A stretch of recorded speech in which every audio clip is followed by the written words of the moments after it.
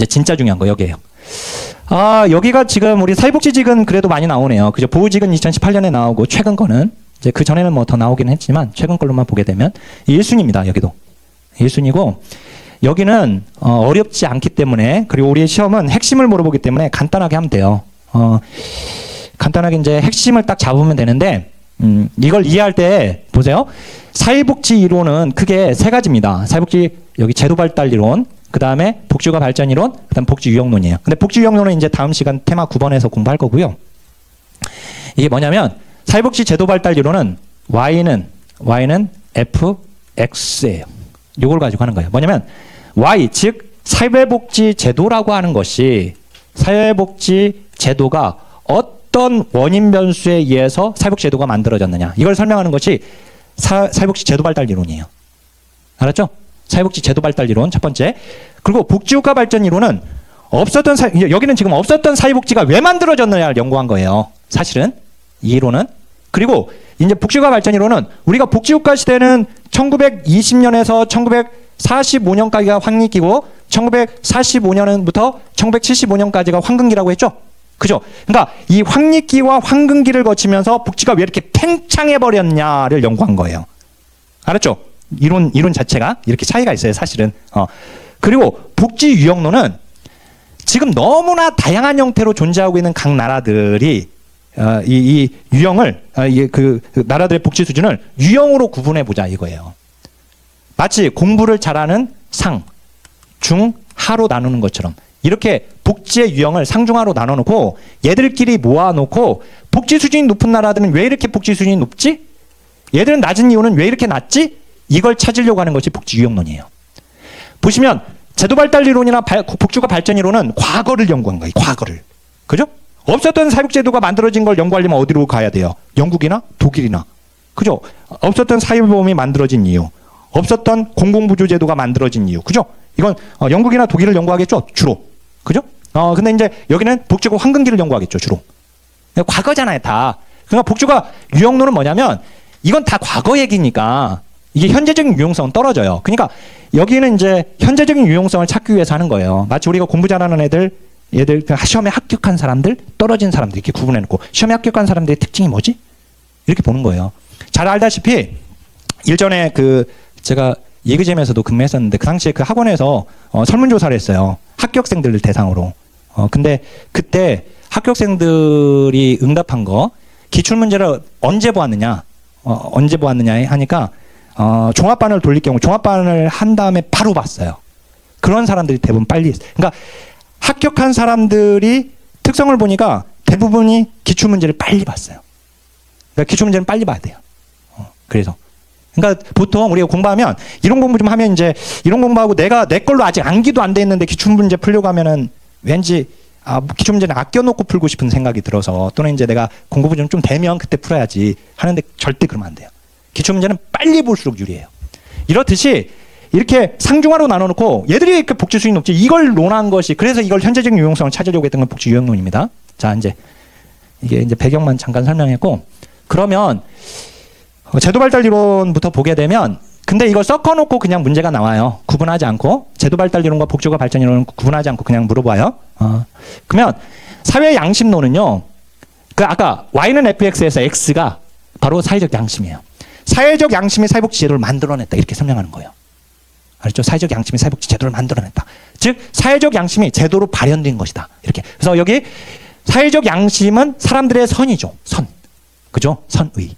그리고 이걸 다시 얘기하면 인도주의예요. 또는 이타주의예요. 또는 사회적 책임성이에요. 그래서 사회적 의무감이 사회복지 제도를 만들어냈다. 이렇게 설명하는 거예요. 알았죠? 이타주의가 사람들의 착함이. 알았죠? 이렇게. 즉 사회적 의무감의 확대와 국민들의 욕구에 대한 지식 향상 이 두 가지를 가지고 설명해요. 자, 과거에는 국민들이 이걸 욕구로 여기지 않았어. 근데 점점 욕구로 여겨.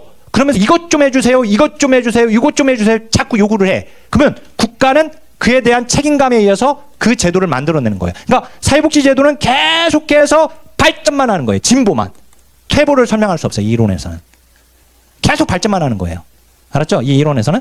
그래서 변화는 줄기차게 일어나고 진화한다. 사회복지제도는 계속 진화한다. 현행 사회복 서비스는 지금까지 것 중에 최선이에요. 최고예요. 어떻든 국민들이 또 다른 욕구를 표현하게 되면 그 욕구에 맞는 제도를 또 만들어낼 거예요. 알았죠? 자, 비판점은 시험에 나오지는 않았습니다. 이건. 알았죠? 근데 이제 사람들의 착함이 사회복지제도로 만들어졌다면 동서고금을 막론하고 존재하는 게 선인데 왜 현대적 제도로 설명할 수 있느냐? 과거에도 선은 존재했는데 왜 그때는 안 만들어졌냐? 그죠? 그리고 이제 얘는 특히 진보와 퇴보 현상의 교차 현상을 설명할 수가 없어요. 그래서 나온 이제 음모이론 봐보세요. 사회통제이론으로도 나옵니다. 이거 외워야 돼요. 똑같이 사회통제이론으로도 나옵니다. 명칭 외우세요. 음모이론의 주변수 X는 사회적 안정, 질서 유지예요. 즉 지배계층들의 자신들의 사회 지배 질서의 안정, 유지, 그걸 위해서 또는 사회 통제를 위해서 사회복지제도를 만들어낸 거다. 이렇게 설명해요. 그래서 지배계층이 자신들의 사회 질서가 위협받고 있다고 느끼면 자신들의 지배 질서, 지배 사회의 안정과 유지를 위한 목적으로 사회복지제도를 만들어낸다. 알았죠? 그래서 이걸 사회통제, 노동규범 강화를 위한 엘리트, 즉 지배 엘리트의 장기적 음모다. 사회 양심 이론과 전면적으로 도전 반대 입장이에요.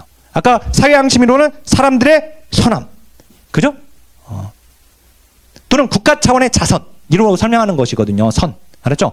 근데 얘는 그게 아니라 음모다라고 설명하는 거예요. 자, 여기서는 사회복지 정책의 변화를 개선과 악화의 양면 언제라도 교차될 수 있다라고 설명해요. 자, 왜 그러냐면 여기 피본과 클로드가 나와 있는데 이건 안 넣어도 돼요. 그냥 설명만, 이거 제가 그냥 설명을 위해서 넣은 건데 그 피본과 클로드는 이 사람들 누구냐면 1960년대 미국의 좌파학자들이에요.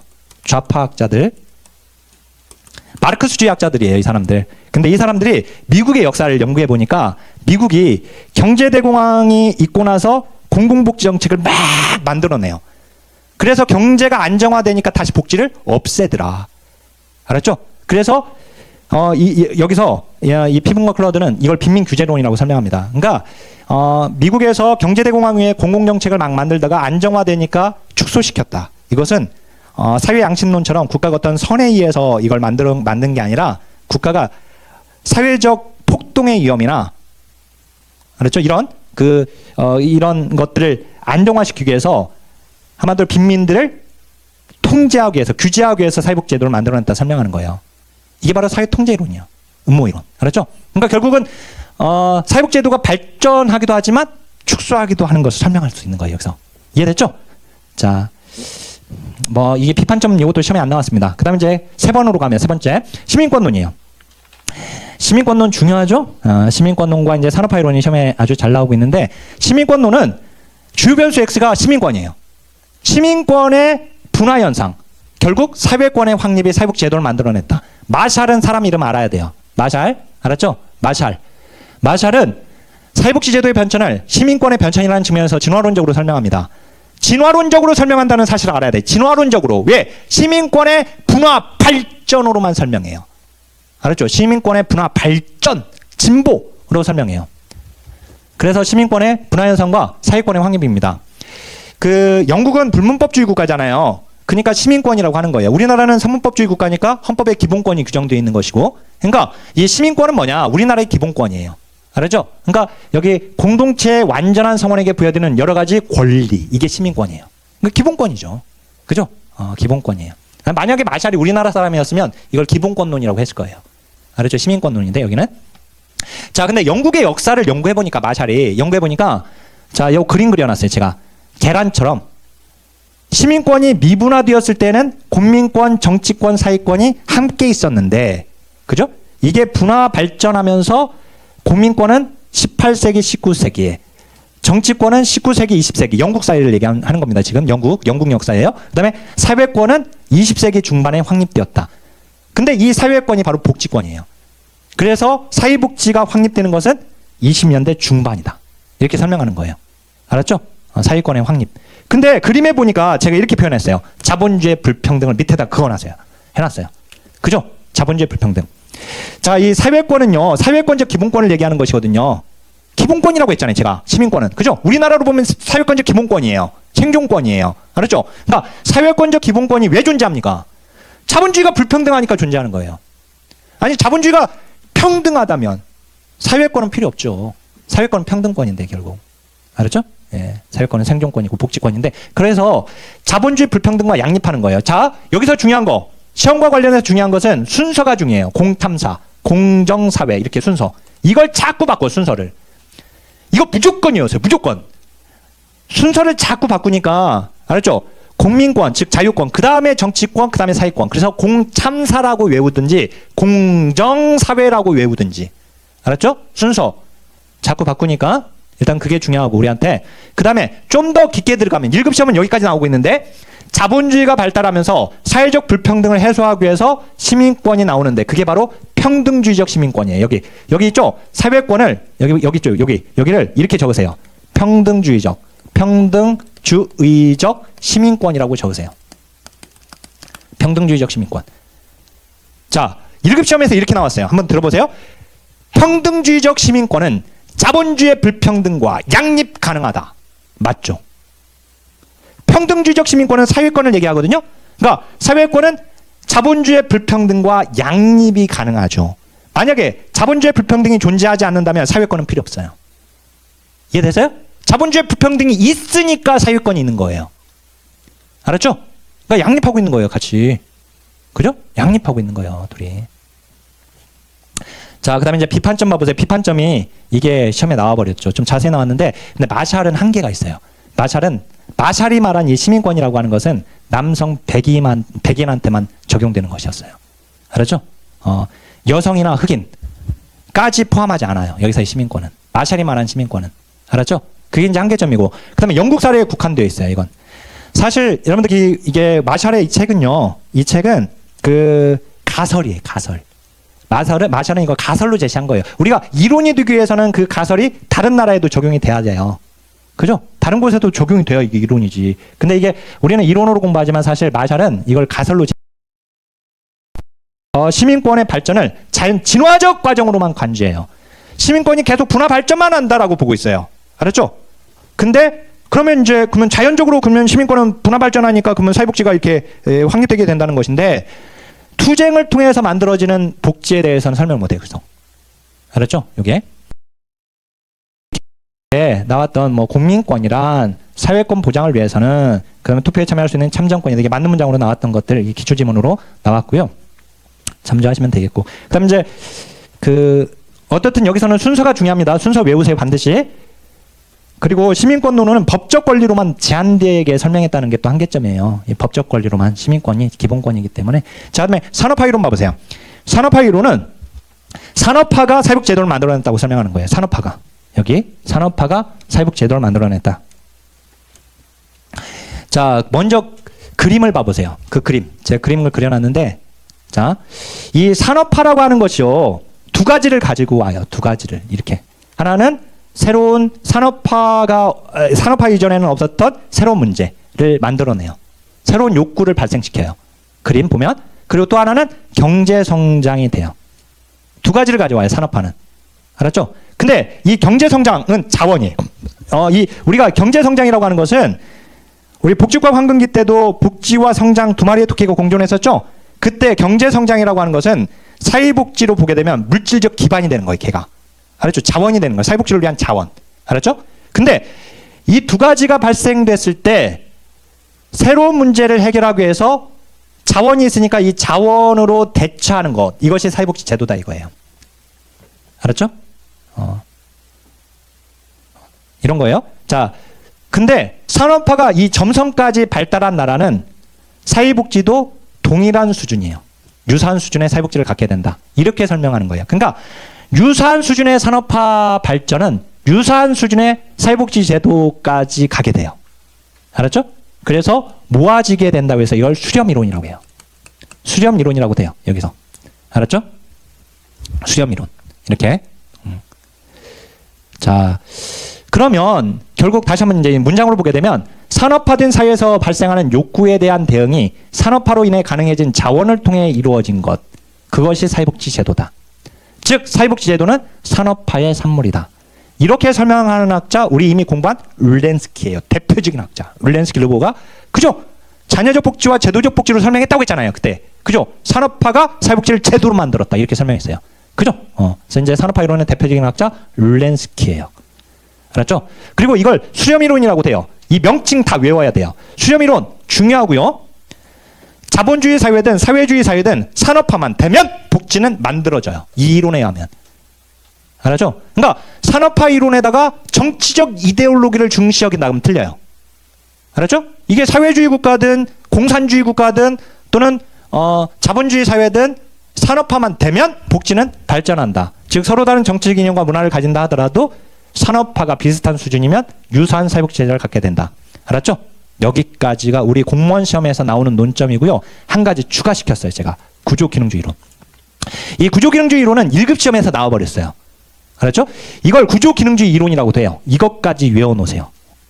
구조기능주의 이론이라고도 하는데 이걸 유기체적 항상성이라는 관점에서 보기 때문에 이걸 산업화 이론을 구조기능주의 이론이라고도 한다까지 외우세요. 알았죠? 이게 무슨 말이냐면 유기체적 항상성이라고 하는 건 뭐냐면 제가 구조기능주의는 탈코스 파슨지의 구조기능주의는 사회를 유기체로 본다. 그죠? 그게 핵심이었죠? 그죠? 그래서 이제 사회를 유기체로 봐요. 그러니까 사회가 나와 같은 인간이야 그냥. 근데 보세요. 내가 하나의 사회라고 봐보세요. 내가 사회야. 근데 내가 배고파. 내가 배고픈데 그러니까 새로운 욕구가 생긴 거야 지금. 욕구가 생겼는데 돈을 벌었어. 자원이 내 앞에 있어. 내 거야 자원이. 그러면 그 자원을 가지고 욕구를 해결할 수 있는 걸 사가지고 먹으면 되죠? 그잖아요. 그러니까 산업화로 인해서 발생된 새로운 욕구를 사회는 하나의 유기체니까 그 욕구를 해결하기 위해서 만들어진 산업화로 인해 만들어진 그 자원을 가지고 빵을 사 먹으면 되는 거예요. 그럼 욕구는 자동적으로 해결되지. 알았죠? 이렇게 설명하고 있는 거예요 지금. 그래서 이걸 구조기능주의 이론이라고 돼요. 알았죠? 네, 이거 합리이론은 아직 안 나왔습니다. 합리이론은 이게 뭐냐면은 자, 이 이론의 약점이 뭐냐면 이거예요. 얘는 심장이 약해. 심장. 이 이론. 여러분들 이 이론 중에서 이 산업화 이론이 우리 이제 특히 복지과 발전 이론에서는 이게 이제 가장 먼저 나온 이론이에요. 근데 얘가 그래서 많은 비판을 받게 돼. 맨 처음 나왔으니까. 근데 얘가 보면 보세요. 산업화가 됐어. 그래서 산업화로 인해서 새로운 문제가 발생됐어. 근데 경제 성장도 됐어. 그죠? 이거는 지표를 보면 다 와요. 바로. 뭐 중국 같은 경우도 산업화가 되면서 산업화로 인해서 다양한 문제들이 발생됩니다. 그럼 뭐 현상으로 발생되는 것들이니까. 그리고 경제 성장 지표도 보면 나오잖아요. 이건 다 현상으로 그냥 나오는 거야. 그죠? 나오는데 아무리 사람이 돈을 벌었다고 해도 물론 내가 개인적인 사람이면 내가 돈 벌었으니까 내가 돈 번 걸 가지고 먹으면 되는데 이건 사회잖아요. 그러니까 돈 번 사람 따로 있고 새로운 욕구에 처해진 사람 따로 있잖아요. 그죠? 근데 왜 돈 번 걸 가지고 경제 성장 됐다고 무조건 여기에다가 투자할 이유는 없죠. 그죠? 그래서 여기서 여기로 가는 것이 약해요, 설명이. 그래서 우리 시험에 이렇게 나왔어. 산업화 이론. 산업화에 따라 증가된 욕구가 구체적인 사회복지 제도로 전환되는 과정을 적절히 설명을 못해요. 설명한다면 틀려요. 알았죠? 틀린 문장으로 나왔어, 이게. 이걸 물어본 거야, 지금. 이걸. 여기로 가는 걸. 아니, 경제 성장됐다고 그 경제 성장된 거 가지고 왜 사회복지에 돈을 쓰냐고. 그죠? 이건 당연히 쓰는 걸로 얘기하고 있거든요, 지금 이 이론에서는. 그죠? 그러니까 여기서 여기로 가는 거, 이 중심이 약해요, 이게. 그래서 이 산업화 이론이 고작 설명하는 이유 한 가지가 있어. 뭐라고 설명하냐? 이렇게 설명해, 여기. 합리이론처럼. 산업화되는 과정에서 필연적으로 발생되는 사회 문제가 파생되고 인간은 합리적이야. 인간은 합리적이니까 합리적인 문제 해결책으로 사회복지 제도를 만들어낸 거야. 이렇게. 고작 이렇게 설명해요. 알았죠? 그래서 이제 이걸 합리이론이라고 합니다. 자, 그 다음 이제 확산이론까지 보고 잠깐 쉴 건데요. 자, 뭐, 여기 봐보세요, 이제 문제. 이 2008년 보직 문제입니다.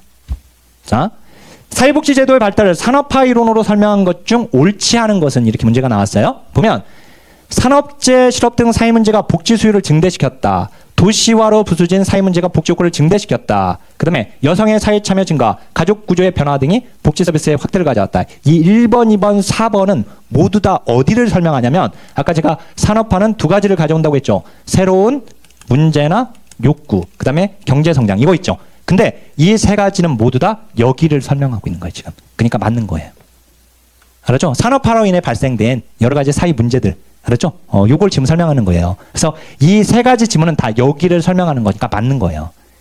이해되죠? 근데 여보세요. 노동자 계급의 정치적 세력화. 3인주의 이론이에요. 3인주의 이론. 간단해요.